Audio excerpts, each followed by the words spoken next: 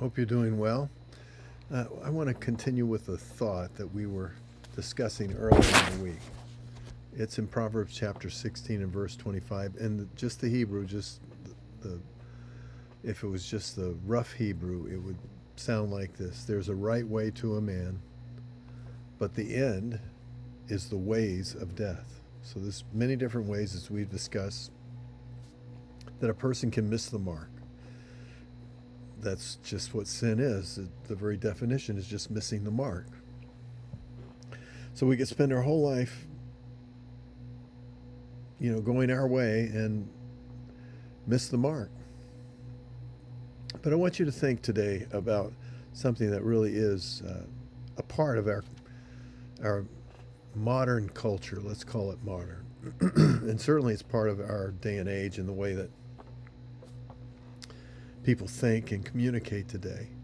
And that is this idea of, we're progressing, that there's a progressive approach to life. So basically the premise finds its roots in this idea of, relativity, that nothing is really as stable as we think it is, that there is this kind of, interaction, and that whatever comes from the interaction, dialectic, it's going to get better. The two are going to come and there'll be something better in the compromise. But I just want you to take a moment and think about what all this means. First of all, the premise that this belief system is rooted in is a premise that tells us that there are no true, just stable moral absolutes. Like, we can't really say that anything is absolutely stable.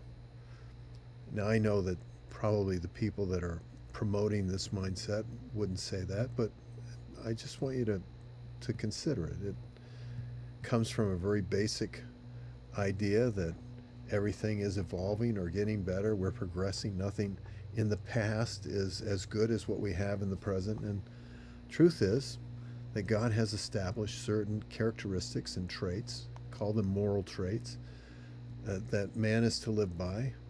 We see them clearly in the Ten Commandments. Take the first four out that relate to God alone. And the next six are strictly relational. Obviously, I don't believe, and I think it's true, that no person will ever relate to another person properly unless they relate to them with some recognition of God. But leave that as it is. Today we have people that believe that there's certain excuses for taking the life of another person. We have people rejoicing over the death of an individual that was the president of an health insurance company. We have people that rejoiced at the destruction of whole cities during a time of anarchy back just a few years ago. We have many people who believe that certain relationships, in terms of biological relationships, are not necessarily what they are supposed to be, or what they are literally biologically. We have lots of this that goes on. But all of this comes from this belief system that there is a sense we're progressing. So what we think today has to be better than what was established even a decade ago, perhaps 100 years ago. And certainly, if we approach that viewpoint with our nation, then our founding fathers were fools compared to what we know today. You can see how this can go. It means that nothing is stable, that the judges in our land have no stable principle upon which to judge rightly on. Can you imagine if Israel had no law and the judges had no means of establishing a baseline for right and wrong? How would they be able to judge? And so it is today in our nation. This is why, for you and I, certainly not to be critical or judgmental or mean-spirited or hurtful towards other people, but to know that there is a God in heaven who created us as human beings, that we are distinctly different, that, if you will, our niche in the ecosystem is unique because God made it so. And that instilled in all of our hearts. We didn't evolve to a place where we would recognize religion.